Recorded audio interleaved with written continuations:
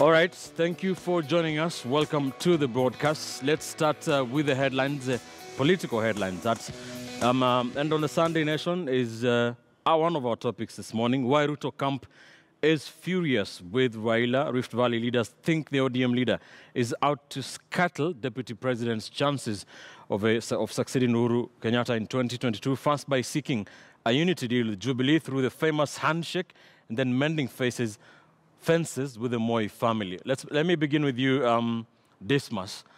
What is your take? Very quickly, we'll get into this in more detail, the battle for the Rift, but what's your take on this meeting in Kabarak?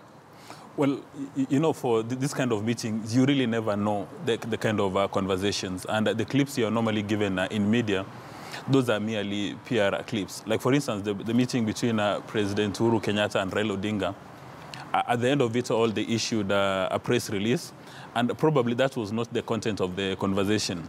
So nobody really gets to know the actual nature of conversation. But anybody should be nervous when you have President Kenyatta having a meeting with Raila Odinga, and you know it's on record that the last time they ever had a public meeting was 2002. Yes. So it's been almost 15 years from their last meeting. And when politicians visit each other, it's not about a cup of tea. And I doubt whether Raila Odinga was interested to establish whether the surgery was a success or not, because we all know that it was a success.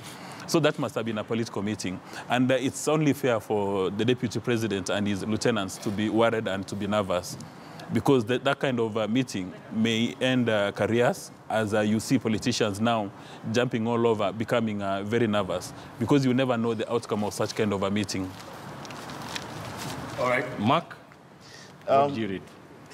It's difficult to read because you've got to look at the person of Raila Odinga in detail. The person in question here is not the retired President Moi or indeed his son Gideon. The person to watch is Raila Odinga in two perspectives. Raila Odinga seems to be walking the path of trying to enshrine himself as an African diplomat, an African statesman, right, and someone of great stature. And one of the ways you do that is by showing yourself as to be the kind of person who makes peace with your enemies or political rivals. And he's done that with Uhuru Kenyatta. He seems to be doing that with President Moi. If he visits retired President Kibaki, then he will have done all the former presidents of this country and the present one and made peace with them. That's one view.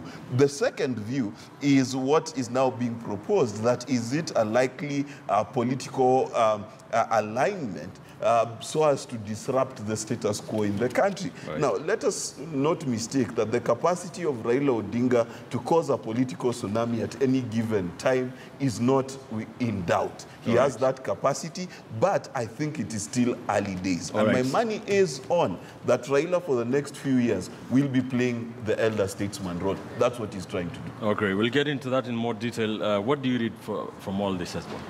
Well, I think, just like my co-panelists have alluded, this has some political undertones, and not necessarily because of the meeting, but because of the stature of who Raila Odinga is.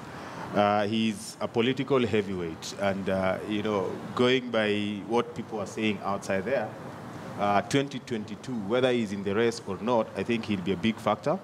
And the fact that we've seen two handshakes, you know, one between himself and President Uhuru Kenyatta, and then another one between Raila Odinga and, you know, President Daniel Toroitich Arap Moi, and the fact that Gideon is also being touted to be one of the key candidates come 2022 tells you that this is indeed something political. All right. Kipchumba?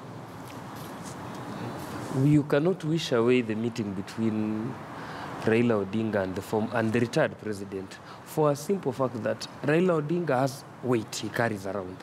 And also his political future, we can say, is bleak because of age and many other happenings that have happened recently.